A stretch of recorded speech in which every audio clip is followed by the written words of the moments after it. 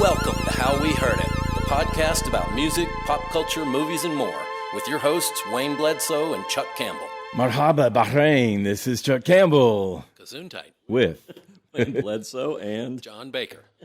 That's a hello to Bahrain. I think I saw them a couple of days ago. I did see them, and I believe that was our first listener from Bahrain. So good for that. Yeah. So that's awesome. So today's topic is songs that give us energy. We're here, rolling through July with nothing but hot days and hot nights ahead with July and August and into September. And I don't know about you guys, but my energy is mostly dictated by caffeine. And I try to parcel it out during the day. I don't ever want to be over caffeinated because that just causes even more. Yeah. But I don't want to be under caffeinated either. And one, way to undercut that is to have music that gives me energy because you don't have caffeine running through your system. But you were taking it maybe a little different direction than I was, Wayne, or no? I don't know. I mean, when you proposed this one, I immediately thought of songs that are energetic and I put on to get charged up. And, So I think that's what I've done. I mean, it's sometimes the intent of the song, the message of the song, but mostly it's just how over the visceral. Top. Yeah, it's just, this is all primal for me. These are all songs that are it's just the energy in the song. It's not, it's not like a really motivating ballad or anything like that. So, okay. Well, the funny thing to me when we're talking, when I started putting it together, it was like, this is where I really go back to my old favorites and standards because that's what I've used them for. Mm-hmm. I use them to medicate your different emotions and inspire you. It's like these kind of songs sort of hit you on the brain stem more than your cerebrum. I mean, it's like you just feel it in your gut. Yeah, exactly. And it just is propulsive. That's what I think of. Physical reaction just to the sonic cues of the song. Things that make you bob your head up and down. Yeah. When I was doing the late night radio show, that's generally what I would start the show out with, something really super high. Other than when I stopped playing Why by Yoko Ono to Right. And believe me, it did. Yoko Ono and bluegrass are incompatible. I kind of thought of this. Topic from my days living in Florida and all the vacations I've taken to Florida. I would always look forward to the middle and end of summer because the ocean is at its warmest, right? And it can get in the mid 80s and even upper 80s in the surf water can, where I lived in Central Florida. And I found that visiting there then or whatever, it's like the ocean may be 88 degrees, but then the air temperature may be 98 degrees. And then you add the humidity and the feels like temperature is way into the hundreds. And I would always go with the best intentions and it'd be like, the water's too hot. The beach is even hotter. And I would always end up in the hotel room peeking out from the curtains with the air conditioning on blast. So it didn't really work out the way I wanted it to. So I was just thinking of a good time for energy, and I think dog days of summer and all that stuff that you might need a boost, even though you might not think you would. And all that daylight, you just have so much daylight. Yeah. As an irony, today is the summer solstice.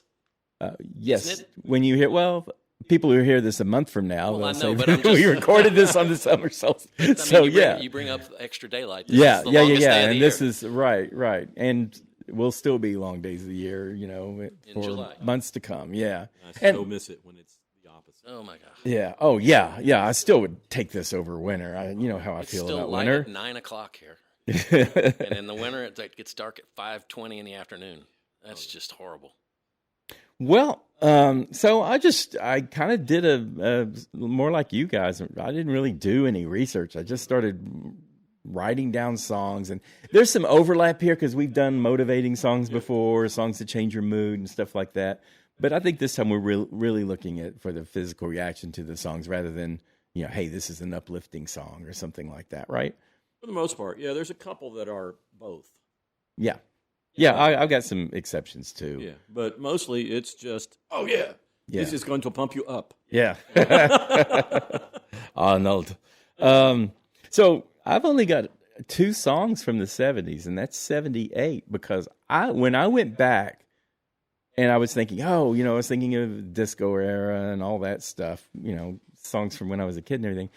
Songs back then, I think we've just been putting more and more caffeine in our music, because there's so much more. The kind of music I listen to is way more impactful, physically impactful now than it used to be. And songs that I remember as being fast, and hard hitting and everything, when I listen to them now, after what I've heard for the last few decades, they don't seem as strong. Still great songs. It's not that I don't like them, but and maybe it's just me or just what I listen to. But, disco, for example, I used to think that was like really, kind of a pounding kind of music. And now it just sounds like new age music or something. It sounds weirdly organic to me now. Yeah. The recording technology's changed a lot too. Right. Yeah, and everything's more precise and hard hitting, and there's no room for I don't know, deviating from the formula of the song and such. And I mean, that can be good or bad. Some music is better if the more precise it is, the better it is. And some music is like it loses its soul if you just clip it. In the 70s, I mean, a lot of disco, the technology for MIDI, syncing electronic drums and synthesizers together, that was just being invented. I mean, Giorgio Moroder was just inventing in the 70s for Donna Summer, basically. Right. And I remember hearing that Donna Summer's song, would come on the radio. I was like, this is so different from everything else. And I don't know, Wayne was like, yuck, what's this garbage? But, it sounded so different. So I think it would make me excited just because of how different it was and everything. But I can listen to it now and it sounds not sedate, but, not nearly as pumped as it used to. Everybody doing rave era and, all the beats per minute going up, up. It's like that really changed it. To me, it exhausts me. Yeah, it can. Yeah, certainly. I get really tired really quick. When I'm going back to this, I'm going back to just kind of old-fashioned rock and roll for the most part, because to me that was the most energetic and the most okay, this is pumping me up. Don't even with me. There's no way. I mean, I don't, because I didn't have any, mental connection to that music anyway. And then something like a Pink Floyd, I don't know if I could stay awake through some of their stuff. Pink Floyd never had anything. No, they were not meant to pump you up. No. Well, why don't you tell us some of these old rock and roll songs that punched you up? And I didn't put this on I just got back from the beach, and I made a flash drive with favorites on there. And, one of the ones, and this is from the 50s, and it's been a couple times, but it's Billy Lee Riley and the Little Green Men with Red Hot. My gal is red hot, your gal ain't doodly squat. And it's like that whole era, rockabilly was just super energetic. Yeah. And it's come back around. That style has come back over and over again. Yeah, and it's this early rock and roll. That's what, when punk came back, or when punk came out, it was like that's all they were doing is they were saying, oh, to hell with all this prog stuff and all this complicated stuff. Let's just go back to 4/4 rock and roll. Just for three chords and a cloud of dust. Yeah. Right. And all that stuff. I mean, I think about it's later than that, but I think about the Replacements, I Will Dare, which is a little slower than some of that stuff. And every time that comes on, I never listen to it just once. I always put it on repeat. I listen to it at least 3 times every time it comes up on my playlist. I feel this. It's great. Okay. Yeah. Again, this is I've never listened to that music ever, so it doesn't. I'm thinking more of the kinds of stuff I used to listen to. Like I thought, are there any Beatles songs that'll do that for me? And I thought, well, what about Wings? And I thought of Jet and how much I love that song. And I listened to it. It's like, oh, I don't. It's not giving me a lift anymore. It's like if you're used to 30 milligrams of caffeine, all of a sudden you're on a daily dose of 100 milligrams of caffeine. That 30 milligrams isn't going to work the way you think it would. I still like the song. I still love the sonics and everything, but it doesn't have the emotional lift now. It's funny because of the energy in the early Beatles stuff. I want to hold your hand, she loves you and stuff like that. I mean, it's real energetic. But the one that I go back to is back in the USSR. Okay. Actually sounds like a Beach Boys song. Right. Yeah.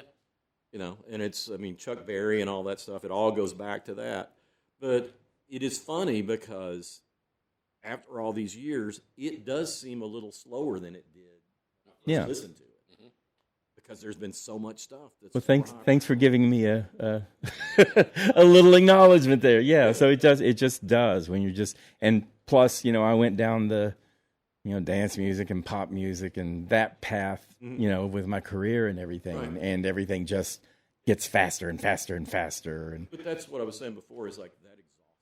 yeah, I mean, it can. If you've got 1 minute of however many beats per second that is, Yeah. it's just like, okay, I just need to, I need to go sit somewhere. Where's yeah. the chill out room? Yeah, Yeah, it just makes me nervous. It doesn't energize me. sure. I got a couple from the 70s. What? Oh, I got plenty of stuff. Oh, okay. Well, I just think in terms of, mostly for me, energetic music involves riff rock, guitar riffs, and who better to do guitar riffs than AC/DC? Right? And, Yeah, that's a good picked, one. And I picked one song that I don't think ever gets recognized, but it's got the most killer riff in it. It's from their album Power Age from 1978. The song is called Riff Raff. And it's just got this badass guitar riff in it that I love, and I've turned so many people onto it. People that know AC/DC and they just don't know this song. Right. But that was the last album that was produced by Harry Vanda and George Young. And they were both in the Easy Beats, which were early like Beatles influenced pop band from Australia. They were probably the biggest pop band from Australia in the 60s. Oh, yeah. And then they went on to form Flash in the Pan. But George Young was Angus and Malcolm's brother, who were the two guitar Right, players in right. AC/DC. So that I guess that must have been them firing their brother, but then they got Mutt Lange, and then they just vaulted into superstardom. Right. Right. So I don't know. But anyway, Riff Raff from AC/DC's Power Age. Go look it up. It's a badass riff. Okay. Well, one of the ones that I used to hurt myself every time I would have a party and play this. You mean you tried to dance? Yes, I did. This is when Wayne tried to, I wish there was a video somewhere of you trying to dance. I'm glad there's not. I'm glad there's not, You because look like Elaine from Seinfeld? Seinfeld. I used to describe it as a chicken having an epileptic seizure. Oh. Because it was awful. But, someplace around 2 o'clock in the morning when we were all good and drunk, I would put on, and it was only on a B-side. It was a 45, the live version of The Who doing Marvin Gaye's Baby Don't You Do It, influenced by the band's version of Baby Don't You Do It. Okay. But it was... The band. Yeah, the band. Yes. But it just had so much energy, and the guitars were crazy, and it was like the drums were just amazing. And then This is Keith Moon. Keith Moon just flailing at the drums. It's like a drum solo. Every song's just like a one continuous drum solo with him. Yes. And at some point, I would always wind up kind of tripping up and hitting my head on a wall or a mantle or something. And You just need to put on a helmet when you put this song I on. should have. But it's great. And you couldn't find it for years except on the B-side of a 45. Okay. Is it available now? Yeah, you can find it now. In fact, I realized later on they released like the complete song. They had edited it down to just the most high energy parts. Mm-hmm. It was like I think it's like 8 minutes, and they edited it down to like 6. Okay. And it's Well, I wanted to try. I thought surely ABBA has something. And all of the 70s acts, surely ABBA has something that energizes me. And it's not Dancing Queen at all, because that one, I listen to that now, and it just seems slow and kind of like plodding. They had a song called Voulez-Vous, which has a little more energy to it. But it's a Take a Chance on Me, not because it was like a big booming electric song, but this song, the construction of the song is so precise, and so like every little, 3-beat handoff to a transition to another part of the song, and every little detail is like just totally fussed over, and in a good way. And it's like this really clear, bright, pop song, and it starts with the two women singing in unison like they always do, with the "If You Change Your Mind." And then as soon as they do that, the two men sing in unison with a counter vocal with the "Take a chance, chant, take a chance." And it's like you get that initial excitement right off the bat, and it just moves from.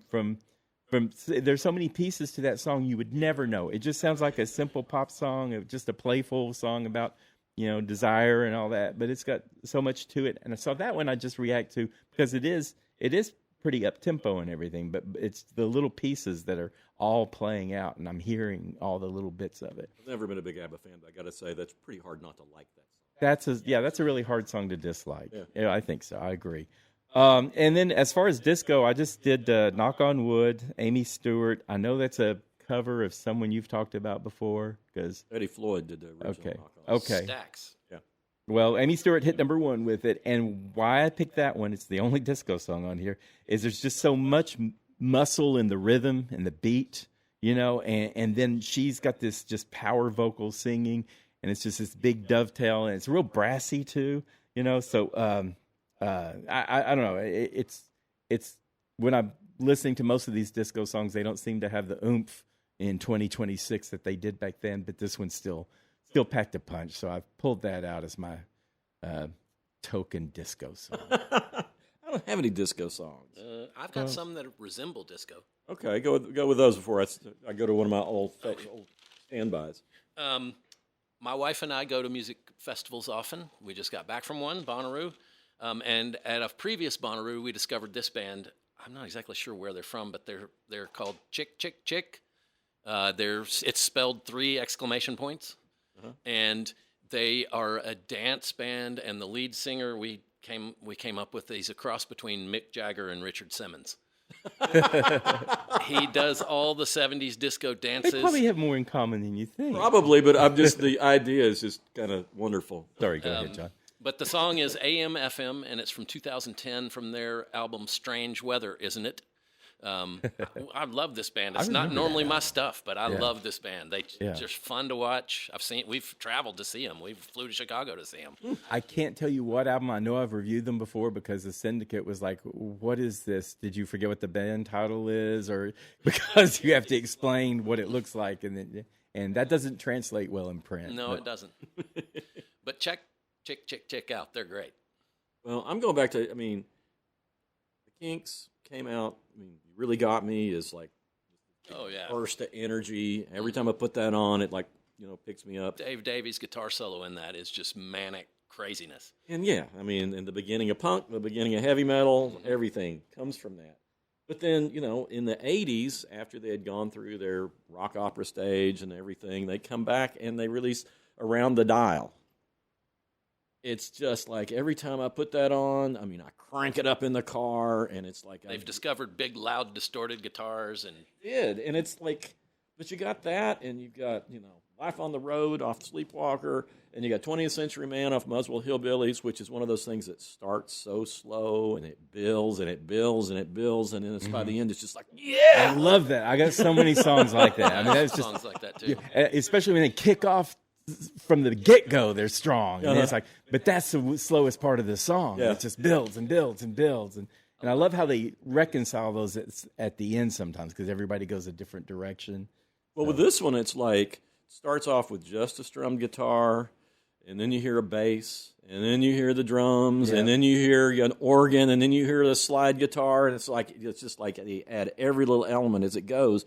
And the energy just gets bigger every time they put it on. I love songs that build in layers like that. Yeah. Well, that's what one of my next songs from '83, "The Beach" by New Order.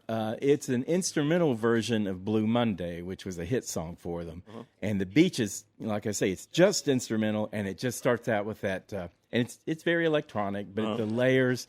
It starts out like right off the bat, you're running, and then here comes something else, and then here comes the rhythm kicking in, and then here comes, something booming, and just like, and again, I've got a lot of songs that do that kind of thing, and that was just one that I remember whenever I would listen to it, when I would first hear it, I just instantaneous, energy. Yeah. And this is like one of the late in Superdrag's career, but they have an album called Last Call for Vitriol, and it starts off with "Baby Goes to 11," which is another one that starts off. It's just a strum of an electric guitar, and then all of a sudden the drums kick in. It's the favorite drum sound of all time. It's just pop, pop, pop, pop, pop, pop, and then it's just like it takes off. Yeah. And man, it's another one. It's like I've never listened to it just one time. Right. And then when that song ends on that album, it goes right into a song that Sam Powers wrote called "I Can't Wait." This keeps the energy high. Yeah. Oh, cool! And it's like, oh yeah, right. that album, it's one of my favorite Superdrag albums. Me too. And it's just like, but I don't know that there's a better 1-2 punch on any album than those two songs, because it's like, okay, and then all of a sudden it kicks in with one that's even faster. Right. Wow. That's a great a great trick right there. While I'm in 83, I'm going to mention Men Without Hats, again, a remix version. Men Without Hats, Safety Dance. The original version that they released as a single was terrible. I mean, it wasn't terrible, but it's just like, now. And the remix, totally different. It starts and it's just this little vibing kind of rhythm and everything. And the lead singer, spells out the word safety and in like an echo chamber. Yeah. And it's like it pulls you into this whole other world just by this kind of weird, undulating kind of vibe, and it pulls you in, and you're just in it. And once you're in it, you're trapped in it. And then the woman backup singer, she spells out the word, and it just takes you somewhere else. And it's a place I usually like to go. I need to listen to this long version because you brought it up many times. It's so different from the original single where they're just kind of, Back when we were at the paper, you talked about it a lot. Yeah. I mean, I remember that song, but I don't remember it being any. It's just like that's what he's saying. Yeah, that's what I'm saying. Yeah. The original, the hit song is just down. It's like okay, all right. How do you find the remix? Oh, it's everywhere, and they even play. It's actually, I think, it's more popular than the one that was the official top 40 hit. Oh, okay. So I'll have to look for that. And of course, they played it in all the dance bars. I'm sure you guys went to. So. And while I'm in the 80s, before I forget, Do You Want to Hold Me by Bow Wow Wow? Yeah. Now, I Want Candy, you would think would be like kind of the hipper one and everything. But Do You Want to Hold Me's got this whole different, you remember that one? It was like, little Annabella Lewin. She was 13 when she started singing with Bow Wow Wow. And she was 16 when Do You Want to Hold Me came out. And it's kind of like a beach rock. The guitar's kind of distorted in a way that I'm sure you would be able to identify exactly what kind of style that is, John. And they're kind of throwing barbs at America. It's a British band, right. So they're talking about Mickey Mouse. You don't want to know, But she's got this kind of like, it's her and her charisma, and she's got that girl voice, but she's got a good voice. And like, there's this whole thing where she's like when Mickey Mouse, he don't want to. He's like, Mickey Mouse, he don't want to know. But there's this give and take with a gibberish, and it's like the guys are going ba da ba ba da da, and she's going whoa. And I don't know, just the exchange and the energy and the charisma. It's more vocals than anything, but it is. It just when I listen to that, I'm like, oh yeah, I forget that because it comes out in the odd guitar style, which I wish I knew what it was. It'll probably be very apparent to John when he hears it. And then one more 83 song, that's Relax by Frankie Goes to Hollywood. It's a chugging song, not at all subtle with its lyrics. It's got a throbbing rhythm too. Yeah. So, it's all about sex and everything. And it's pretty blunt for the time, even though they weren't direct about it. And that was a predecessor, that 83 Relax by Frankie. That's actually kind of a predecessor to 1991's I Sit on Acid by Lords of Acid.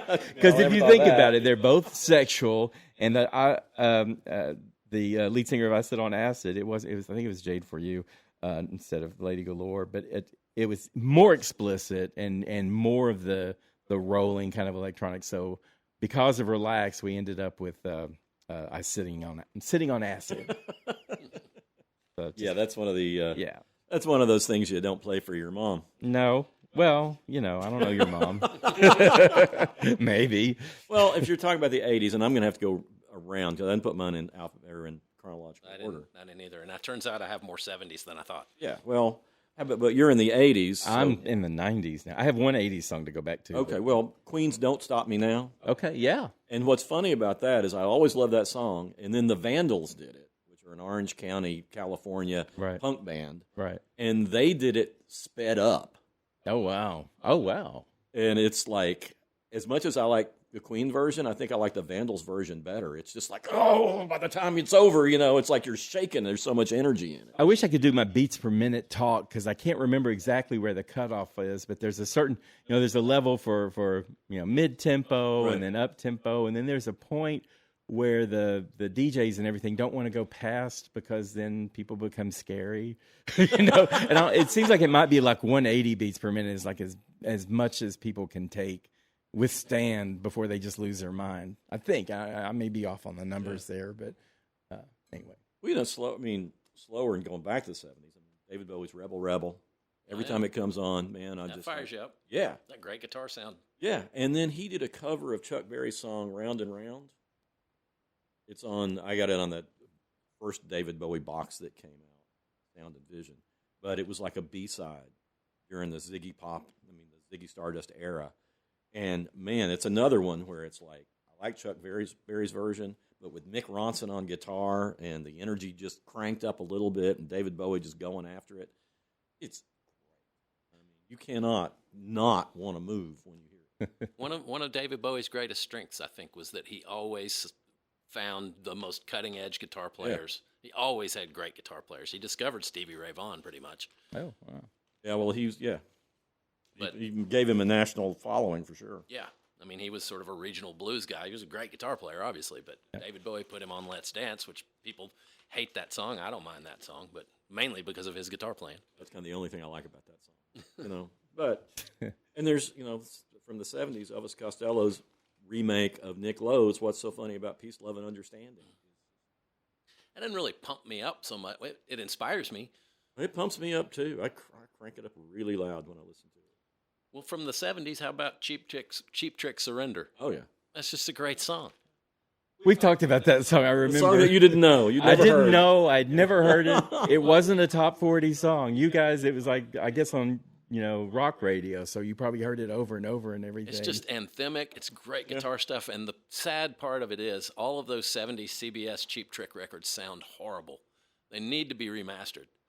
They just sound tinny and thin and soft. If you hear a Cheap Trick song come on after you've been listening to other stuff, you got to turn the radio up. Well, when I went and listened to it, I thought, well, maybe if I was a teenager, back then and heard it, They've done a bad job of. CBS did a bad job with the early Elvis Costello stuff. It just and Bob Dylan stuff. It all sounded terrible. Yeah, I don't know what got into CBS at the time, but anyway. Well, I got another 70s, but this is changing gears, and it's In the City by The Jam from the album In the City. And they were influenced strongly by the early Who stuff, and it's just right in your face. It's brash, and it's like, in the city, I got a lot of things I got to talk to you about. And it's a great song. It's 3 chords, straight ahead, lots of energy. All right. So I got one last 80s song. And so one of the things I like when songs, they just get down to business, and when I'm first listening to a song, you can give me all the intro you want, but then in the future, I don't want a minute of intro before a vocal comes in. And nothing is more instantly gratifying to me than hearing a vocal first, when the vocal note kicks off the song rather than any kind of anything else. And this one doesn't exactly do that. But it's when I was thinking of Prince, I thought, well, there are a lot of energetic Prince songs. I was thinking Let's Go Crazy in 1999. But actually, contrary to what you might think, the song Kiss actually feels more energetic to me because it's got that jittery, you get the little, that's how it starts with the guitar, and then he goes, and he just comes in, and there's that little, the way he just creeps the vocal out, it has sort of this implied kind of tension that just a rolling dance song like some of those others I was talking about, it just grabs my attention more because it's so minimal. Yeah, but and the thing is, it has that funk sound. Yeah, Let's Go Crazy straightly. I love funk. It's a rock song. Yeah, start to finish. 1999's a dance song. Yeah, but no, it's brings funk. And but that guitar riff is so cool. Yeah. And then when the crowd starts singing along, when I guess Wendy and Lisa or whoever is singing along, and it's just like they dish out the energy in just the right way to make it unique or original. I don't want to say unique, but anyway, they go about it a different way, but they still get there. I like Let's Go Crazy. Let's Go Crazy is the Prince song that fires me up more than any of them. Yeah, but I can see it with Kiss because Kiss is. It sounds like it. He's paying a little tribute to some of the funk masters. Yeah, it's got that little funk kind of rhythm, So I go for an early Prince song is "Party Up." Oh yeah, it's just it's classic early Prince. It's not. There's no substance to it. It's just to get you up. Oh, I don't need substance. I never need substance. It is so funky. It's not on my list, but you brought up Prince, so that's my go-to jam for Prince. Well, Aerosmith have taken a lot of grief through the years, and They were never critical darlings. Everybody hated them. But they released an album I've talked about before called Honkin' on Bobo. And in that one, they do a version of a classic song from the 50s, Roadrunner. Mm-hmm. And they turn up the speed of it. I mean, the beats per minute is much faster. It's much more of an energetic song. And to me, that is like the best Aerosmith performance of all time. I mean, I like Aerosmith, always have, but man, they're not so bad. You know, they're not so bad. I've heard Aerosmith songs that I like, and I would listen to again. Oh, yeah. I'm glad to hear that. Yeah. That's surprising. I can't beat up on them. Yeah, but that album, and I talked with both Joe Perry and Steve Tyler before it came out, and it was like this was Joe Perry's big dream project. He wanted to do this album of covers of classic R&B songs and blues songs, and none of the record companies that they were with wanted to do it, and then they did, and it sold nothing. But it was great. It was like the best thing that they'd done nearly up to that point, even though they didn't have original songs on it. Okay. Can't touch Toys in the Attic and Rocks, though. Great. They're great albums. I mean, I like all that early stuff. Yeah, me too. And they had a lot of energy. Okay. Going back to that little Prince thing, I guess I should have gone on to the rolling rock songs. They just kick off. Come on, Chuck. Here, I'll go. You clear your throat. Why don't you go and I'll have some tea? I got another 70s punk influenced band, and this one song called I Found That Essence Rare by Gang of Four from their 1979 album Entertainment. Andy Gill was the main guitar player in that band, and he approached the electric guitar completely differently than a lot of guitar players. He just beat the guitar. It was almost more percussive than it was melodic. And that song in particular, the guitar textures on there are just incredible, and it influenced the way I play guitar immeasurably. So it's called I Found That Essence Rare by Gang of Four, 1979. Entertainment is the album. Okay, so I'm back. So I wanted to talk about the songs that kick off with the vocals like right off the bat, and one of my favorites is Alec Eiffel by Pixies from 1991. It starts and Francis Blake Francis or whatever. Frank Black. All those guys. What his real name is. Yeah, well, all of those things. The lead vocalist, he starts with "Pioneer of Aerodynamics," and then the backing vocals, Kim Deal and him, they come in with a "Little Eiffel," and the song just keeps going, and the guitar goes, and the riffs go, and the back and forth, and just the lyrics are so out there, and it's about Alec Eiffel building the Eiffel Tower in Paris, but it just hits full throttle, and then that was 91, and then a few years after that, I've talked about this many times before, but Buddy Holly by Weezer. Oh, yeah. Because it just starts right off. What's with these homies dissing my girl? It's just, I love a song that just starts. There's no guitar and drum beat and rhythm, and then, just start with the vocals. I wouldn't want that for every song because that would make me nervous, I think. But I like it when a song just like, let's just cut to the chase here, That whole Blue album is just loaded with energy. Yeah. It starts off with that song, No One Else. Yeah. And it's just like, it's funny because when they first came out, I mean, Buddy Holly took off, but there was a lot of resistance to their sound. There were a lot of people who didn't get it, and man, I got it right off the bat. You put on that first song, and it's like these chords, these guitar chords are like this weird minor thing that's making the hair stand up on the back of my neck, but I really like it. Right. Well, and Buddy Holly was 94, and 95 Garbage came around doing the same thing. Shirley Manson with "I'm only happy when it rains," and then the song just all the way through. It's this great mashup of rock, and then these three older producer guys who also threw in keyboards and everything. But just to hear the declaration or the denouement from the beginning is just awesome. It's like I say, cut to the chase. Let's do this. Yeah. Well. Another favorite of mine from, at least when they first came out, the first few albums, is the Black Crowes. And, they did a Shake Your Moneymaker album, which had, a remake of a great Otis Redding song. But Go Faster, a song that came out on a later album, which for some reason has gone out of my head, the name of it. But it's like the best opening of any song any album they ever had. It's just like, And it's just like Chris Roberts just goes, give me 1 time, 2 time, 3 time. And then all of a sudden you hear the bass, kind of take off. And then you hear the drums come in. And then all of a sudden, boom, this song takes off. And when I put it on in the car, it's like, I do want to drive fast. Yeah. I've got to, purposely not hit the gas because it's so energetic. Any song that makes you go, yeah, in the first 5 seconds, Exactly. it's like that's what you want. Well, the first one I thought of fits that category, and it's Queens of the Stone Age from their album Songs for the Deaf. And the song is "You Think I Ain't Worth a Dollar, But I Feel Like a Millionaire." Yeah. And the whole album is based on just the idea of a radio station. And it's like, hey, what's going on out in the world? Right. These are songs for the deaf. And the song starts, and he goes, here's this one right here. And you hear it like it's coming out of a radio speaker. You can hear the guitar riff, but it's like real small. And it plays through like 4 times, and then all of a sudden the entire band and everything just slams that riff home, and it makes you just go, yeah. Yeah. It's a great song. That's another band I really like. And it's Dave Grohl playing the drums from Foo Fighters. Yeah. And he beats the crap out of the drums when he plays. Well, one of the ones that I really like is, I love the band Cracker. Yeah. But they have a song called I Hate My Generation.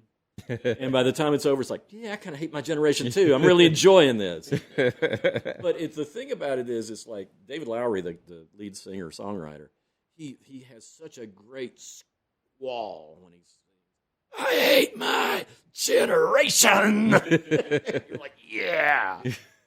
You think he was responding to talking about my generation, or? I just think he was sick of his fellow boomers, like sometimes I am. But it's the way it is. Yeah, they are who they are. And there's, every generation has ups and downs, They do, and we boomers get blamed for too many things. Well, maybe not too many. Too many right now. I identify as an X. Yeah. I know you do. We're right on the cusp. Yeah. Well, I'm in the Jones, like I said before. End of the boomers. Oh, the boomers who didn't benefit from the boomer. Exactly. Yes. Exactly, but it's You're on still, the tail end of the gravy train. But yeah, there were a lot of good things that the boomers did, and we didn't elect some of the people that the others did. Also, while I was on the songs, just starting out with the words, the Dandy Warhols, of course, they did that with "Not If You Were the Last Junkie on Earth." Yeah, I know you love that song. Because I just love the first line. I've said this before. The first line is, "I never thought you'd be a junkie because heroin is so passé." Before any music or anything like that, that just throws out this snide kind of, I don't care about your heroin addiction, of all things to be addicted to, and that's just their vibe and everything. But that was in '97, and also, I had that paired up with something else. So, Volcano Girls by Veruca Salt. That's in 1997, and it starts with just "Leave me lying here because I don't want to go," and then there's like this whole electric fury of the band and everything, and and they're talking about eruption and women who've just had enough and everything. But I paired that up with another song that kicks butt, and that's "Ready to Go" by Republica. Mm-hmm. So you got Veruca Salt saying, "Leave me lying here, I'm not going with you," and then Republica is all about, "I'm standing on the rooftop shouting out, baby, I'm ready to go." So I like and both of those are real Tuffo songs. Ready to Go came out in 96, and Volcano Girls came out in 97. Well, I can go back. I'm going to go back to the 70s one more time. Sure. Probably more than one more time. Okay. But Boomtown Rats. Okay. They're known for I Don't Like Mondays. Right. Bob Geldof is known for, starting the whole Live Aid thing. Yeah. And also was Pink in The Wall. Yeah. But the Boomtown Rats, while I Don't Like Mondays is a fine song, it's a dark song, but they have a song called When the Night Comes.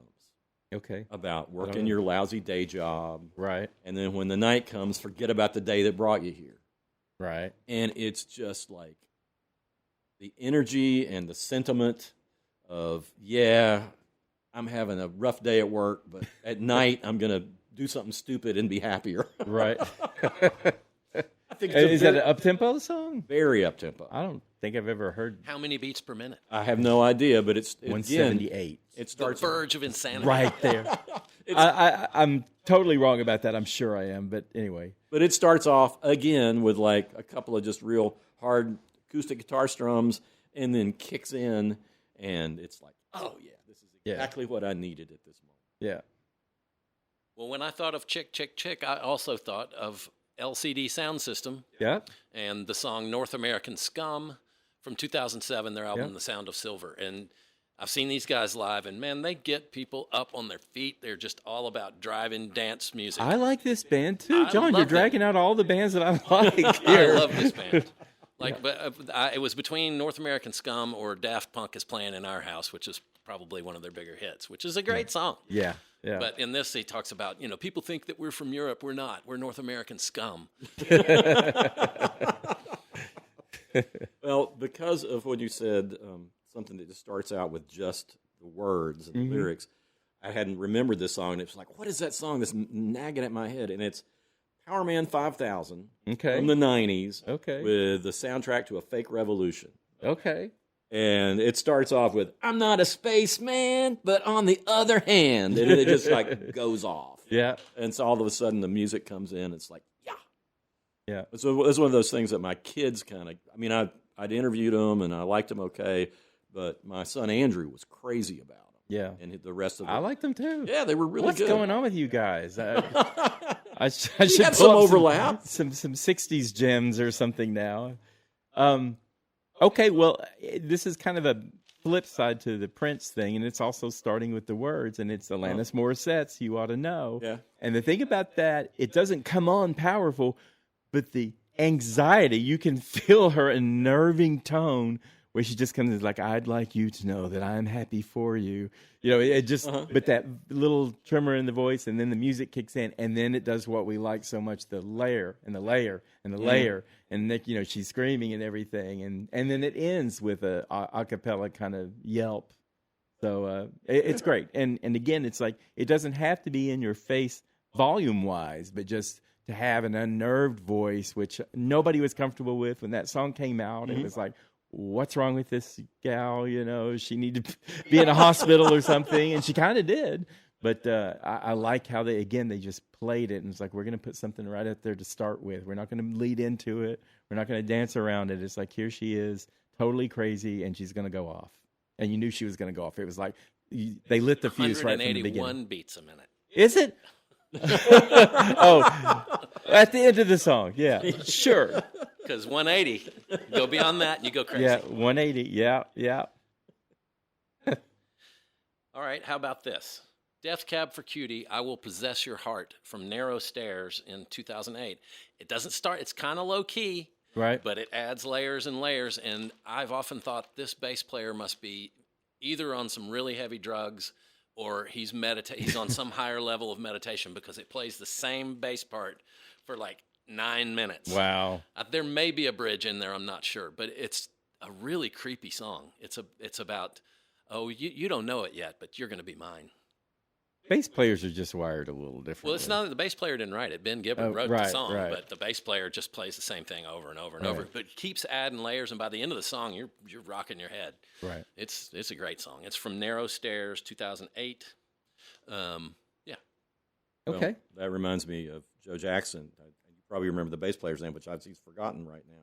Graham Maybe. Graham Maybe. One of my favorite bass players. He's incredible on like the album I'm the Man, but on the title track, it's just bum, bum, bum, bum, bum, bum, bum, bum. I mean, it's one of the fastest rock and roll songs that I know. I covered that in a band I was in. It was really hard to play. I bet it is. But mainly for the bass player. Yeah. But man, that's such a great song. And everything that guy does on the bass is incredible. Yeah. He also plays with Freddie Johnston. Oh, I didn't know that. Yeah. Oh, okay. Another great songwriter. Bad Reputation. I remember that. Yeah. I've got Meet the Monster by PJ Harvey. That's one of those that just starts with a rolling bulldozer of sound. PJ's going to do that. And she's got a little transition, like at the end of every verse, there's something more, there's an exclamation. So the first time she gets to the end of the verse, she goes, and then the second time it's like more of a yell. And then the third time she's blowing a whistle. And then the fourth one ends the whole song. It's just this outcoming, but it's just this kind of, she's like, I'm not running. I'm not scared. The message is scary, and she's scary, and the music is this bulldozer that's kind of like the thing, and it's just gathering momentum and picking up pieces along the way till you just get rolled over. Who is this again? PJ Harvey. Oh yeah, I love PJ. Holly Jean Harvey. Yeah. Well, just her history scares me. Things she said. Well, yeah. She was a farm girl. Yeah, she said she castrated a sheep or something with her teeth. As farm girls do. I think it was something. I can't remember exactly what she said. Handy. Yeah, it was like, oh, okay. It didn't bother her at all. Apparently not. I wouldn't ask the sheep, but it didn't bother her. She's good, but she is scary.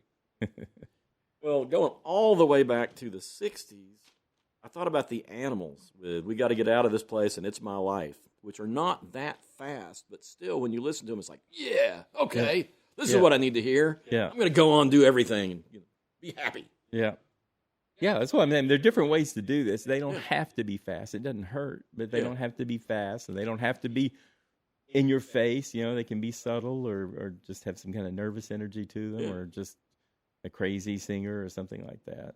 Yeah, but I mean, those are things. I mean, it still does get my energy level up. Yeah, it makes me happy to hear them and think, okay, I'm motivated to do what I want to do, and to hell with all you people. Yeah. Well, one that starts I've said most of mine are like guitar riff kind of oriented, and this G Angel by Sugar, which was Bob Mould's first band post Husker Du.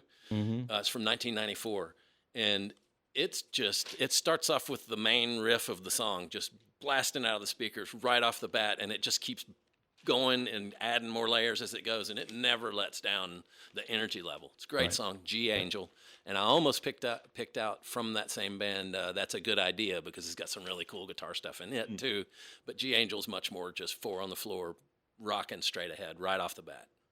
There's a Jeff Beck's album, Jeff. The entire album, except for maybe one song, are just super high energy. It's the guitar that is just, he's using loops and distortion and all sorts of stuff. And I think I made you listen to something at some time, because he's like, he uses a lot of female vocals just on loops and stuff. And man, when it kicks off, there's a song on there called Trouble Man, and there's My Thing, and Grease Monkey, and all of them. I mean, you're exhausted by the time that this album is over because it's also high energy. Cool. And that's the thing. I know you're not a guitar fan, but no. Well, I don't dislike them as much, but I'm the least like. Go ahead. Well, I mean, like John's saying, guitars are the thing for the most part that really pumps me up. I mean, they pump me up too often, right? Yeah. I just think some of the older days when it's just kind of all about the guitar, a lot of times that kind of fell flat because it was perfunctory, Well, I think there's a few piano players who can get that energy. Ben Folds can when he wants to. Elton John could do it. I mean, Burn Down the Mission is that's another one. It's like I have to crank it up, listen to it twice, and it's just got so much energy to it. Right. I just love it. But I just think guitars, to the most part, are the instrument that can capture that energy more than a lot. Yeah, well, as a guitar player, that's going to be my preference. But I think anything can. Like I was saying, the vocals can, the rhythm section can, the guitars can, a horn section can. I mean, there's so many parts that can take over and be the alpha of the song. Well, not cool to like Chicago, but 25 or 6 to 4, the horns on that, the whole everything about that is it's hard not to feel all that energy. I like that song. Okay, for Chicago. Yeah, early Chicago I am fine with. It's the Peter Cetera Chicago stuff that Sarah and I we just got into discussion yesterday when we were going someplace, and she's saying, for my generation, Chicago is Peter Cetera. And I'm like, there's so much more before that. I appreciate that era. I appreciate that he basically saved that band. Well, it's like Jonathan Cain and Journey. So he just brought in all the gloppy, syrupy stuff that the housewives want to hear. So they like Peter Cetera as a soloist too, then? Because golly, man, that is so sappy. That's when it really rocks bottoms. So but that's there's a market for that. Sure, group. Who are we to say? Well, I felt the need to include one of my favorite bands, Fugazi. There's so many great songs, but I landed on the song Sieve Fisted Find from 1990's Repeater. and it's got this incredible bass line. It's like really fastly picked, and the bass is kind of distorted, and he's not even really playing notes. It's like he starts on a note and then just kind of dive bombs the note all down the neck. So it's going. It's got this great lyric about here comes that self-same problem all wrapped up in solution. I think that's a great line. Yeah. My last 90s song is Setting Sun by Chemical Brothers, and it's because it comes in with this riff that sounds like a siren, and it goes like from speaker to speaker. It's just sort of this. Stereo. That's how it starts, and it only builds up from there. They drag in Noel Gallagher from Oasis. He's actually the vocalist on that song, which is kind of interesting because Oasis wasn't really known for that kind of music. But I think that song, for me, was a prototype for a lot of songs that I would come to like in the 2000s because it was stepped up the intensity. There was more. If that wasn't enough for you, then they're going to give you more. And that one certainly did. Prodigy did that some too, but especially Chemical Brothers. Well, I've got Adrian Belew, who was guitarist for the Talking Heads, auxiliary guitarist for them, and played with David Bowie and Frank Zappa and wacko guitar player.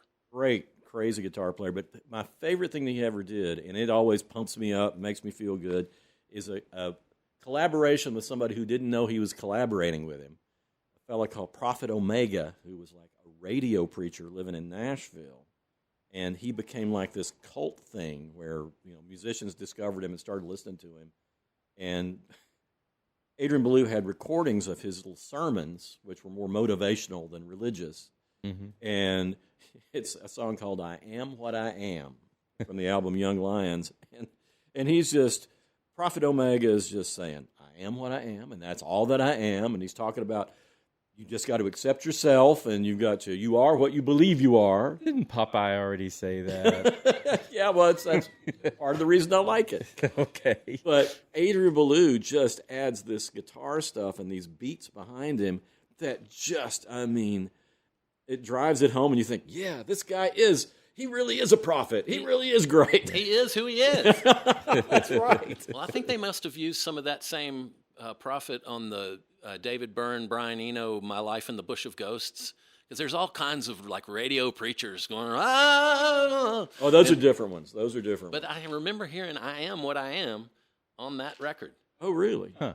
Wonder if they used the same. I can't remember, that, but that was, this was the 90s, early 2000s.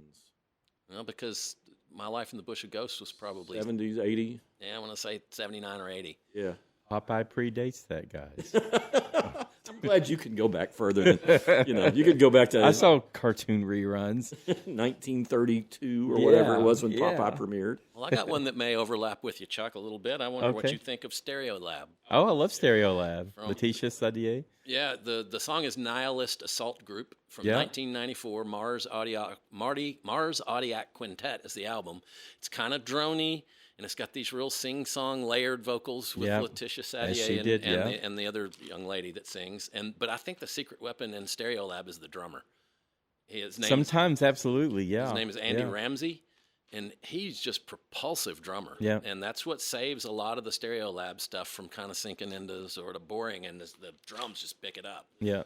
So that would be, it's called Nihilist Assault Group from 1994, Mars Audiac Quintet. All right. I'm going to plunge into some hip-hop and R&B, stuff like that. I want to start with 2003. Beyonce and Jay-Z, they came out with her solo debut song after she, left the band. And it was Crazy in Love by Beyonce. And Jay-Z has a big part of it. And the whole song sounds like an announcement of, here is your next big star. And again, that was 2003, and everything fulfilled it, and they became the royal music couple of this generation and this, century. This isn't really related, but it's just the next year. Toxic by Britney Spears. No matter what you say about Britney, and I'm not going to say she gives me energy in most of her songs and everything, this is a well-written song. Yeah. It's a really very well written song, and it just starts with the weird little noise and all the energy and everything. And one thing I love about it, and I wanted to hear, is that they offered that to Kylie Minogue first, and she turned it down. Oh, I know. that's interesting. I know. You know what's funny is if I had heard Kylie Minogue sing that song, it would probably be like one of my favorite songs. well, I didn't really go ahead. Who wrote it? Do we know? Oh, I can't remember. Okay, Just well, one you of just those, said it was well one of written. those machines. Yeah, they wrote it thinking Kylie Minogue's going to love this. I'm like, oh, well, let's try I was Britney. really hoping you were going to say Britney Spears wrote it. Well, Lady Gaga wrote it just to trip on that. Lady Gaga wrote her hit Telephone. She wrote that for Britney Spears, and Britney Spears turned that down. So Lady Gaga and Beyonce teamed up and had this powerhouse #1 song with it. So that can happen too. Well, the interesting thing about Toxic is, I kind of dismissed Britney Spears. Sure. But then Fair. I heard Nickel Creek Yeah. cover Toxic. Yeah. And it was like, what is this song? This is familiar. It's like, but I never really listened to it like that. It's one of those songs that any artist who with any skills could interpret it, and you think this is really a good song, regardless of what you think of Britney Spears. This is a good song that someone like Nickel Creek could do well with. But every time you mention Nickel Creek, I think of Nickelback. Oh, don't do that to different bands. Yeah. And I always say, is that the bad one or the bluegrass one? Well, yeah, they covered a lot of stuff, though. They covered Pavement songs. Toxic was the one when I saw them in concert, though. I was just like, man, I like this, but I know it, but Right. what is it? Right. And then it was like, oh, okay. I'll have to look that up. You've told me about that song before. It's fun. It's That's what I'm fun when a doing. band of a completely different genre cover. It's like Absolutely. It's like when the Gourds did Gin and Juice. Oh, yeah. Yeah. It's great. And that's another one. I mean, I didn't think about that as a pump you up song, but man, it does. Yeah. And what's funny is, I mean, they do it with that bluegrass chop on the mandolin, Yeah. and it's just it's kind of funky in that way. Yeah. And there's a YouTube video of Snoop Dogg listening to their version of it, and it's so much fun because he's like, "Yeah, I like this." I love listening to Snoop Dogg narrate nature shows. It's so funny. That is great. He is sort of become a national treasure. I know he has. He's all over the Olympics. Yeah, he's great. I have one more. Okay. And it veers off into the obscure. But Okay. the reason I picked it, it was the very first thing I thought of. Well, actually, Queens of the Stone Age, the first thing, but this is the second thing. Because my wife likes to run, and she is always compiling a running playlist. So anything that I find that's got like a really good, steady beat, and I'll say, put this on your running list. And this is a band called Shearwater. They're from Austin, Texas, and it's an offshoot of Ockerville River, if you've ever heard Ockerville River. I like them. Will Sheff is in Shearwater as well, but he's not the main guy. This main guy in Shearwater he studies seabirds for a living. So a lot of his songs have seabird imagery in it. Not from this one, but this song is called Filaments, and it's from their 2016 album called Jet Plane and Oxbow. And it's just got this driving beat from the gun, and they keep adding little layers to it, just like a doom doom doom ba doom doom, doom doom doom ba doom boom, and it just just sucks you right in from the beginning. They sound similar to either Peter Gabriel or Talk Talk. Okay. Kind of real spacious, but not this song. This song rocks. It's Okay. called Filaments by Shearwater. Look it up. Okay. Peter Gabriel's song "On the Air" off his second album, I think, was just. I mean, that's another one that's like it's got so much energy to it, but it has a really dated sound now. Everything from the sounds like that. But I wanted because we brought it bluegrass. Did This we? Well, we did with Nickel Creek, but Okay. and this is not really a bluegrass Nickelback? song. No, Nickel Creek, Nickelback, different you know, band. that bluegrass band. But Bela Fleck released an album called Deviation when he was with Newgrass Revival. That's when he was starting to get into jazz. And he has all the members of Newgrass Revival on this, and it's like a 5-minute instrumental song.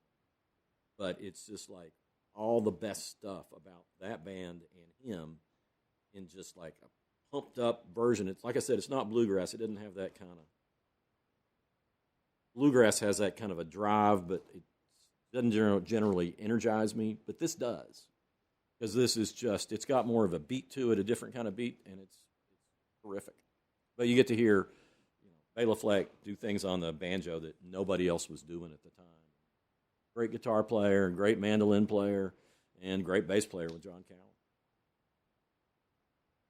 Okay. There's only so much banjo I can take.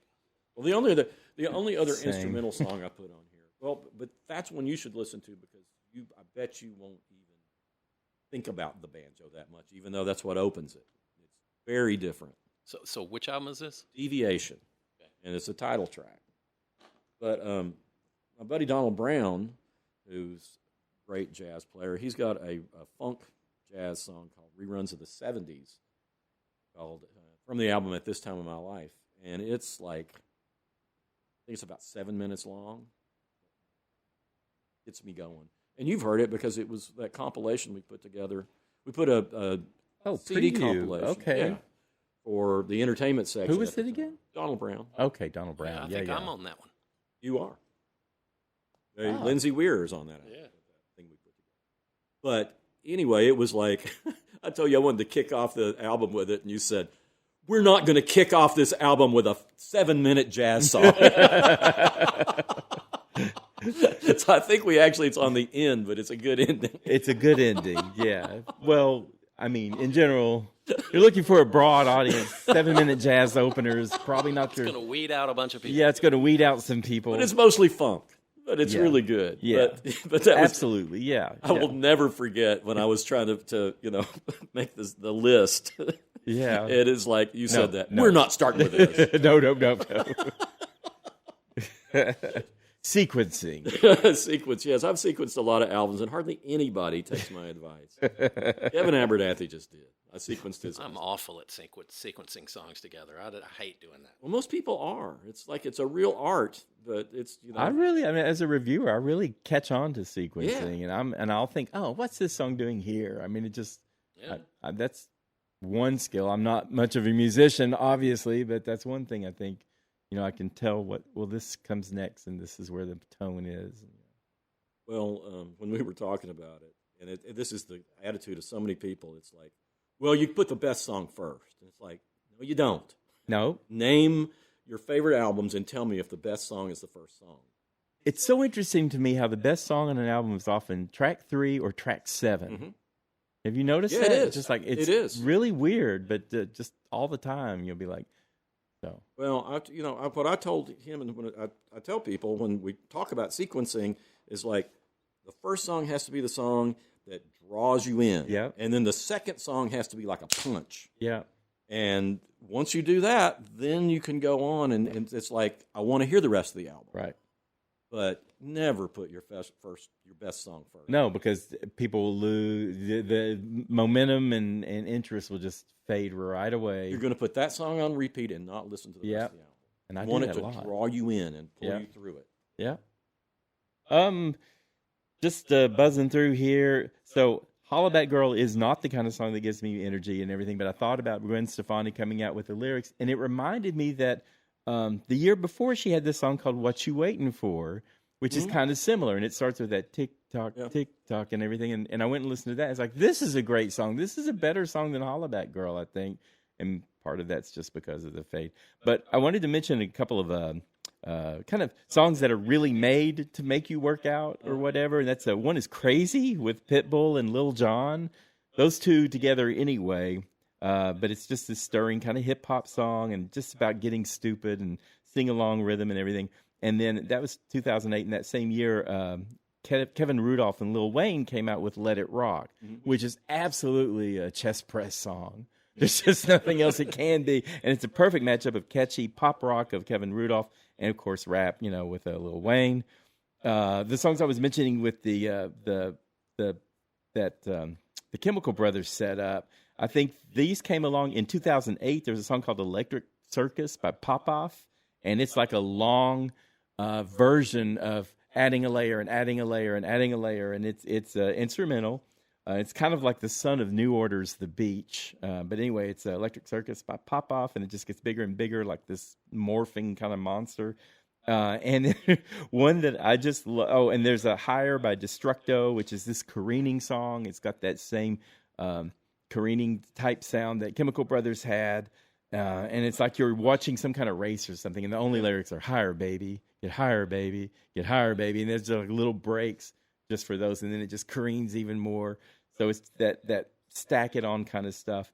But then one I think I like of all these is from 2010, and that's the Cataracts with Dev. And Dev is like it's the singer, and the Cataracts are these two producer guys. And it's called Bass Down Low, and it's one of the first songs I thought of because she just starts out, and again, it's a vocal start. And she goes, if you want to get with me, there's some things you got to know. I like my beats fast and my bass down low. And then the song just kind of, the whole song is just this loopy, kind of weird, it's like really charismatic and kind of a hell's a poppin' type of song. And that really brings the bass down low and has the fast beats. And I'm gonna just one of the most recent ones I like, and this is kind of a contrary to the other formats I'm talking about. But Doja Cat Say So, I've talked about that song a lot.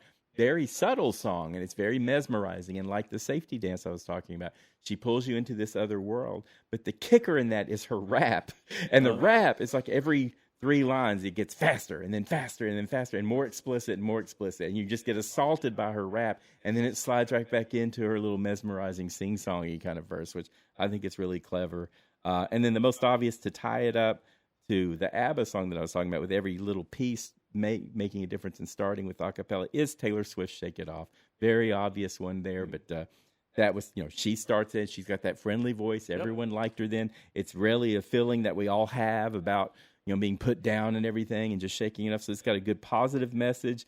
And Max Martin's production is great. And he adds all the instrumental touches and everything. And it's just like the ultimate sing-along song, which kind of like the ABBA thing I was talking about to start with. I remember we used to submit to the Village Voices Paz and Jop list. Yeah. And I put that on my list of top singles. Sure. And I just remember everybody, the people I knew, just kind of, the people not you Britney know. Spears, I mean, Taylor Swift.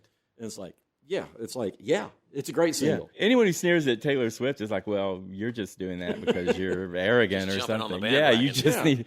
You obviously haven't listened to her. You know, you can't. I mean, that song is just it's so catchy, and it's a perfect single. I'm sure it was probably the top single on Paz Job. I mean, all the critics had to, most of the critics who aren't afraid to say what they believe. Yeah, there were a lot of snobs on there. Yeah, would not pick. Oh, there always are, I guess. Yeah. I mean, it did come up quite a bit, but I don't think it was like the top. Okay. I can't remember what the top one was that year, but it was like she was just then like. That was her big break. That was their 1989 album, and it's when she just made the giant leap into, this woman's going to be around for a long time, so just settle down. Yeah. But, I just remember all the disdain, and it was like, just listen. Yeah. She's not Nickelback. She's not even Nickel Creek. I'm done. You got stuff? I got other stuff I could talk about. The only thing that is a little bit different that I can mention, and this song always gets me going, and Tim Lee and our, from the Tim Lee 3 or Bark and different things, but we bonded over Martha Hoople. Yeah. And the song Rock and Roll Queen, which you're talking about songs that start out a certain way. Mm-hmm. This starts out with all the volume at the top right at the beginning. And it sounds like a Phil Spector song or something because it's just so saturated and thick. Right. But it's like you got Ian Hunter. Ian Hunter singing, but it's the guitar player, Mick Rouse, just absolutely blasting it out. And it's just so thick. Right. That it sounds different from everything else, and it's right from the outset. You're like, okay, here we go. Right. So anyway. Well, I think our frenzied ending here is kind of what we were saying for the songs we like. We were starting out talking casual, and then it was like, I got to get this out. It was like bang, bang, bang. So. Wait, I got one more. Okay, let's. Black don't Joe bring Lewis. it down. Don't bring it down. Booty City. Come on, everybody, let me take you to Booty City. Who is that Black again? Joe Lewis. Oh, okay. And he was this little guy that he was popular for maybe about 4 years. He was kind of a hot thing. And, man, his songs were so much fun and so high energy. And I used to start off my late night show with that a lot. Okay. So anyway, okay. You ever been to Booty City?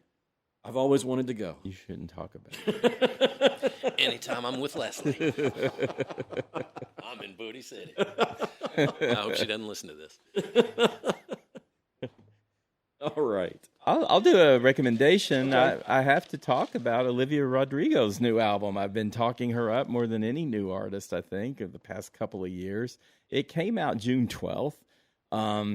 And I kind of have mixed feelings about it because one thing I like about her is her smart aleck persona and everything. And this one is kind of a step of she's being more of a serious contender. I'm not saying she's patterning herself after Taylor Swift, but she's working on her vocals. They're much more sophisticated. They're stronger sounding. The instrumentation is stronger and everything. But her earlier songs, like Getting Back and Brutal and Bad Idea Right and Deja Vu and Good For You, those were all kind of send-ups, like blasting some guy for this reason or another. And this album, it's much more slower and much more deliberate. And again, it's very sophisticated. The sound is awesome, but I don't know if this is really what I wanted to hear from her. Huh. And maybe that's just me holding her back. And I do realize, looking at her target audience, that I'm not that, you know. So people who, the first four or five songs are just all about just being deeply, deeply infatuated in love. And it almost sounds like she was going back to her teen. She's 23 now. It's almost like she's going back to her teen years to have these real, wide-eyed kind of love type songs. Oh. Now, of course, it's leading up to the downfall and the backside of that and everything. Oh, I'm sorry. The name of the album, too, is This Says Everything. The name of the album is You Seem Pretty Sad for a Girl So in Love. So I like that. Yeah, it's a great title. And there are some really wonderful songs that come up. There's a lot of diversity in the mixes and all that. She's working with Dan Nigro, that's her producer, who also produced Chapel Roan. Oh. So I think she's stepping it up to be more serious and everything. But she was so great when she wasn't serious. Yeah. So it's kind of a hard adjustment to make. But I've got to accept I believe in this woman, and she helps me out. Some of the earlier songs, she had The Cure and Drop Dead and What's Wrong With Me. That's a song with Robert Smith from The Cure, so she does a duet with him. But she hits twice with track 6, not track 7, but track 6, the song My Way. This is one of those like instant blast energy type songs that we've been talking about. And that's this one all through. It's My Way, and it's a very 80s. There's a lot of 80s vibes through this whole album. But and she's blasting another woman who's kind of hitting on her boyfriend, and I think that's in a way that's passé for people don't like it's not kind of anti-feminist when the women are pitted against each other. But she's been beating up on men so long. Let her take her swings at this woman too. Who has it coming. And I love this song so much. Literally listening to the album, I had to stop and listen to it dozens of times before I could move to the next song. Interesting. It's just so awesome. That's My Way. And there's another one, I forget the name of it, but it's I think it's track 8, Connections, yeah. And it's kind of a B-side, and it's got that 80s energy too. So there are two like really energetic songs, and all the rest of them are again, very layered and pretty and well-produced. I was just hoping for something different, but I think her core audience probably will respond very well to it, and I'm still a big fan. And My Way, that's my favorite Olivia Rodrigo song. It was the first time I heard it, and I love a lot of her songs. I have to hear this one. I like it when, I think it's difficult when artists are growing and figuring stuff out for, your fans, and you're just used to this one thing, and it's what you want. But I like that they do it. Yeah. Oh, yeah. Yeah, and you look at it and you think, well, if she just did a bunch of sassy songs again, people would think that shtick is getting old and she's getting older. So I get why she does it, and I support that. But I wanted more of the fun stuff. Well, to me, I look at the Beatles are the epitome of here's the great rock act that took over everything. Yeah, and it's like their first couple albums, the first few albums are all high energy, kind of light topics, and they just got deeper and deeper, and they lost some people, I'm sure. Yeah, but it's just like I love it. They needed to go through it. Yeah, and so I'm as interested in this as the other things that you've recommended more highly. Yeah, well, you might like it better too. Yeah. Same's true of Radiohead. They started off with Pablo Honey and I'm a Creep, and and I think they just didn't like being stars. Yeah. And then they put out the Benz, which is heavier, and then they put out what's the one Today. No, it was before OK Kid A. Computer. OK Computer, which is just amazing OK Computer record. is an amazing album, yeah. And then Kid A came out, and you could hardly even hear their voices. I mean, it was like they were just, and they have since they've done whatever they wanted to do. Yeah. And it's not all fun times, but I really respect them. I do too. I mean, and to me, like the one that really puts you over the edge is Neil Young. You know, I mean, you never know you're going to love his album or hate his album, but I respect the fact he does what he wants, and we're supposed to figure it out, and maybe we follow him on this one and we don't on the next one. You got to do the work. Yeah. I love how we go from Olivia Rodrigo to Radiohead to Neil Young. And I bet Olivia's listened to all of them. She would love that. She would love that. That's all she wants. I just thought of this. There's a great intro, and I'm sure you've heard it, Wayne, that Neil Young does on a live album where he goes, "Here's a song that's guaranteed to bring you down. Bring you right down. It's called Don't Let It Bring You Down." And it is. It kind of starts sort of slow, and then it just fizzles out altogether. I just love that intro. Yeah, it has got some of the grossest lyrics of any song ever. Would you have a recommendation, John? Or I do. I discovered this just on my radio station, and it came up, and I thought, what is this? I like it. And it's the Barr Brothers, B-A-R-R. They've put out 3 or 4 albums. They're Montreal-based, but they're from Rhode Island. And Brad Barr sings and writes the songs, and Andrew Barr plays the drums, and they have a band with them. They have a harp player with them, and a pedal steel player. They play sort of folk blues Americana from Montreal. But their latest album is called Let It Hiss. It's from 2025. And it's really strong. It's real low key, really folky, really acoustic. There's not a lot of electronics on it, but really good stuff. The Barr Brothers, Let It Hiss. Take a listen. All right. All right. I'm totally different direction from what we've been talking about. I want to recommend 1968, the Notorious Bird Brothers. Quit laughing, Chuck. Don't look at me. Don't look at me. This was the album where the band nearly broke up. They fired David Crosby, which I think was probably a good thing because he was such a pain in the butt. Of course, then he went on to form Crosby, Stills, Nash and Young. But anyway, it's like their most kind of psychedelic album. This is before Graham Parsons? Yeah, this is right when Graham Parsons was kind of getting into their circle. And it's psychedelic, but it's also very folky. And the highlights of this album are 2 songs written by Carole King and Jerry Goffin. Going Back and Wasn't Born to Follow. Wasn't Born to Follow was used in the film Easy Rider. And it's just, to me, it's all the best things about the core members. I mean, by that time, Gene Clark, who was one of the main songwriters, was gone. And you just had the drummer, Michael Clark, Chris Hillman, and Roger McGuinn, who started off as Jim McGuinn, and he got into some kind of religious cult where he changed his name to Roger. Well, that's more holy. I never figured out the whole thing. I interviewed him one time, and he kind of skirted over it. He said, "I was just into this sort of thing." But anyway, it's one of those albums where you put it on and you leave it on because it feels like a journey when you've gone through it. But sounds like Journey? No, it sounds nothing like Journey. Thank goodness. But it's got a little country and bluegrass to it, and like I said, it's got a lot of psychedelic stuff, but it's just beautiful. I can picture the cover, but I'm not sure I've ever really listened to it. Yeah, well, what's funny is they're like in a stable, and it's got the 3 guys, and then there's a horse. And I think David Crosby was supposed to be there where that horse was, but they fired him.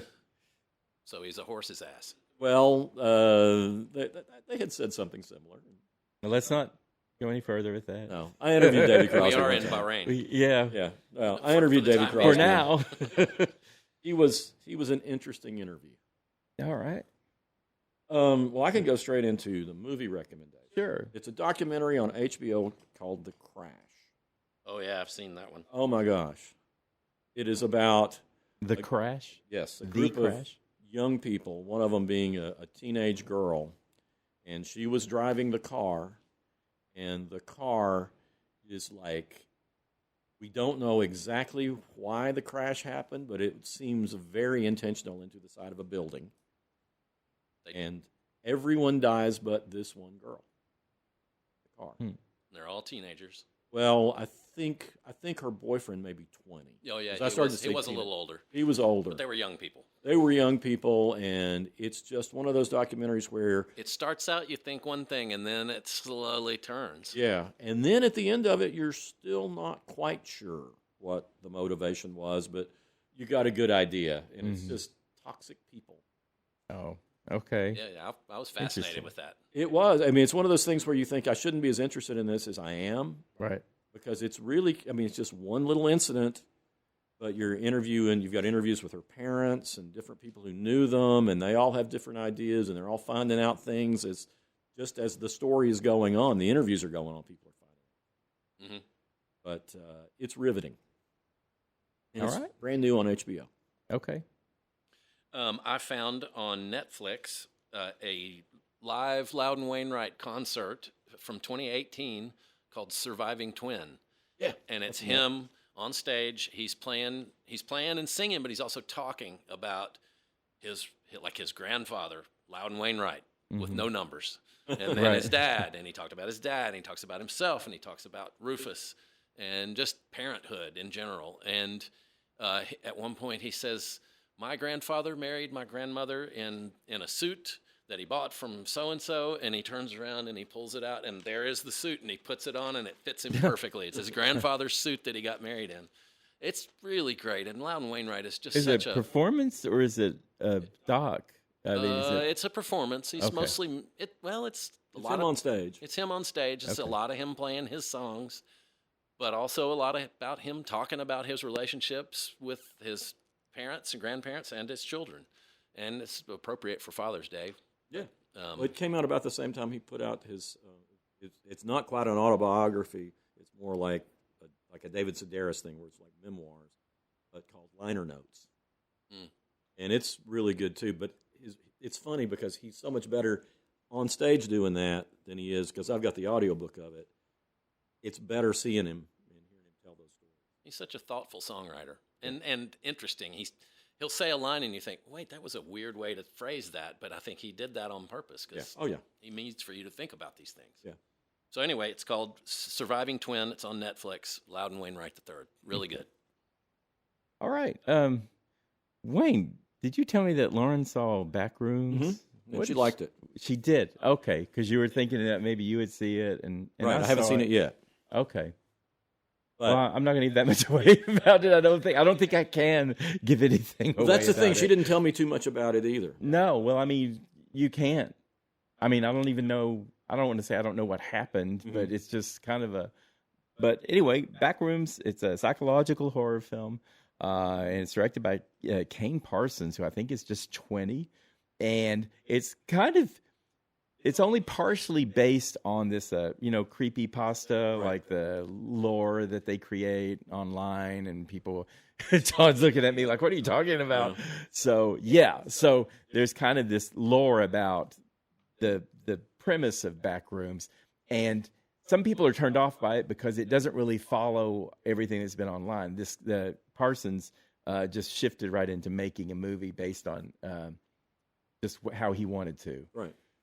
So, again, it's called Backrooms, and fundamentally, it's about a guy who owns a big furniture store. It's played by Chiwetel Ejiofor. So he owns this, and like there's never any customers there. He's got 2 people who work for him, and he's having trouble with his wife, and he discovers this passageway, this kind of hidden passageway from what you know to be the store into other rooms. And it's just room after room after room. And they're very eerie, atmospheric, not very rarely like blatantly scary, but just weird things where furniture's kind of half together. It's all in the middle of the room. And there's like this hum that's going on. And it's just like alternate universe, I guess. I don't know the creepypasta terms for this, but and he's also seeing a counselor who's played by Renata Rensev, and he gives her a call and says he's staying in this alternate universe or something. And she's like, what's going on with this guy? So she goes, again, it's just this furniture store with just big furniture store with no customers. And the two other people who work there, they kind of get involved in the story too. But it's not so much what's happening and how you define what's happening. It's just about this whole dimensions, and it's very dreamlike in a way if you have kind of dark dreams, and there's some like isolation and uneasiness and everything with what's happening, but not just blatant, terror after terror or anything like that. It's just really unusual. And I think that coming out of that, I've thought about it a lot more than I normally do movies. Well, that's good. Yeah. And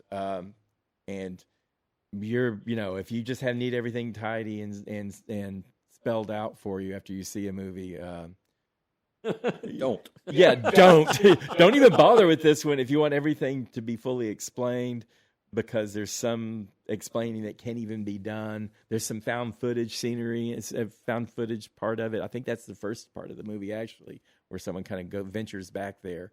But it's just all doesn't make sense in a way, but it kind of does at the same time. Liminal space. That's the term that they use about it. What? Liminal space. Yeah. Oh, yeah. that's so. The lemon is the limit at which point you recognize something. Right. Yeah. So that's why very... when something's subliminal, it's below your obvious recognizing of it, but but you're still getting information. Yeah, you're trying to project upon what you're seeing, what you know, but doesn't jive with what you're actually seeing. And it's just kind of like this whole idea that there's this, our version of the world that we see is all there is to it, but we really only see and define it by what we know. Yeah. It's just really, really bizarre. And it's interesting, this movie and Obsession, this one came out, Backrooms came out in, May 29th, and Obsession had come out May 15th. And both of them are very much Generation Z type movies. Obsession's a really weird kind of love story gone wrong, kind of a Fatal Attraction thing, and it's a little more conventional with this one, but it has its own weird twist. These two movies are doing great, and actually Hollywood's seeing kind of a boom for this kind of stuff going on rather than their tried and true blockbusters. And like when I saw Obsession, there were so many young people in there. I thought, wow, young people go to the movies still, I guess. So it's kind of a renewed energy for Hollywood, which I didn't think we would see at all. But well, I'll tell you, I think part of this is a backlash to everybody's cell phones and everything. Because what my daughter tells me is she loves to go to movies. Yeah, and part of it is because it makes her put her phone. Yes. Well, I'm an old man, but I'm just right there with you. I can't be on my cell phone. Yeah. Can't be looking out the window or anything like that. Just you got to pay attention to the movie in front of you. And then when it makes you think or at least react, it's a much better experience than at home on TV. Yeah, well, it is watching any movie in a space like that. Yeah, but yeah, I think there's a real backlash coming to this total addicted to just constant like dopamine that we get from phones and yeah.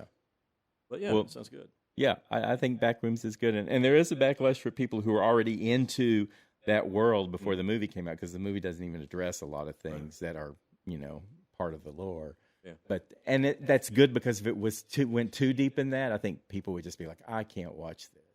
But instead, it's imminently watchable. Cool. So. Definitely going to see that one. Okay. So that's it. We need some energy here. We're going to go put on some tunes. I'm going to go out and blast Olivia Rodrigo. And you guys can listen to Radiohead and Neil Young or whatever. But, whatever it is you whatever those things you were talking about. No, you were all just both talking about a lot of bands I already like, so that was kind of energizing.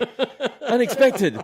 Anyway, you can find us all over social media on YouTube, TikTok, Instagram, Facebook Reels, X, and our podcast is on YouTube now. The podcast itself, if you go to our YouTube page, there's a button for podcast, or you can just, if you're just in YouTube podcasts, they ingested all of them at once, and so we had over 100 episodes go live at one time. Oh, wow. So that makes it a little hard to promote separate ones or whatever, but people are finding it. So if you just like to listen to podcasts on Amazon Podcast and wondered why not Amazon, YouTube Podcast, and you wondered why we're not on there, we are now. And we're still on Amazon Music, and we're still on Spotify, and we're still on Apple Podcasts. You can find us everywhere you want. If you've got any questions for us or any feedback for us or suggestions for topics, you can write us at howweheardit@gmail.com. Cheers. I'm going to welcome Bahrain. Welcome Bahrain.